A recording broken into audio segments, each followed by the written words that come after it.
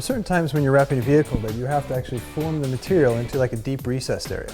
The best way to do this is to use an application glove and soap and water. And this particular application glove, the wrap glove, is a really nice one. It's a nice combination of materials. It holds the soap and water really good, and it really allows me to form the material in without wrinkles. All right.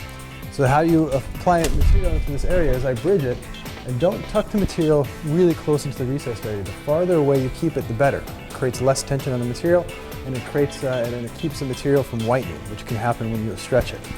So what I do is I put the application glove on, the wrap glove, take soap and water, and I wet my fingers. So what you want to do is you want to use a heat gun, and in this case I'm using a Steinel, very, very good heat gun. And I want to heat the film and warm it just enough so that I can form it in. The trick with recessed areas is you don't want to heat it too much because it can wrinkle really easy. So you want to find that balance. But again, always use a heat gun, much better than a propane torch. So then what I'm going to do is I'm going to set the material up and get it right to the edge so it's nice and uniform. Then I'm going to heat the film, and then I'm going to use my finger to form it in. And you always pull your finger, okay? And I'm not going to, I would like to talk while I'm doing it, but the heat gun makes a lot of noise. So again, prep at the edge, make sure you have lots of space, and then use this wrap glove. Great glove. Here I go.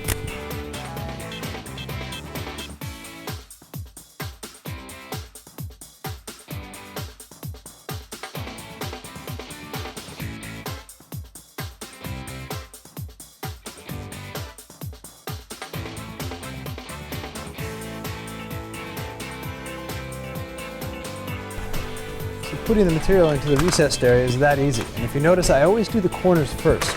The reason I do the corners first and then the flat part last is that all the tension now, if I do the corners first, all the tension goes to the flat area.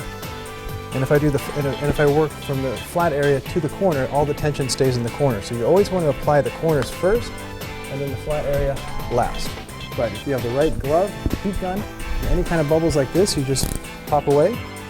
Make sure it's nice and flat, and then you're going to go back and post-heat this. But again, choose the right application glove, soap and water, use a nice heat gun like the Steinel, and you're good to go.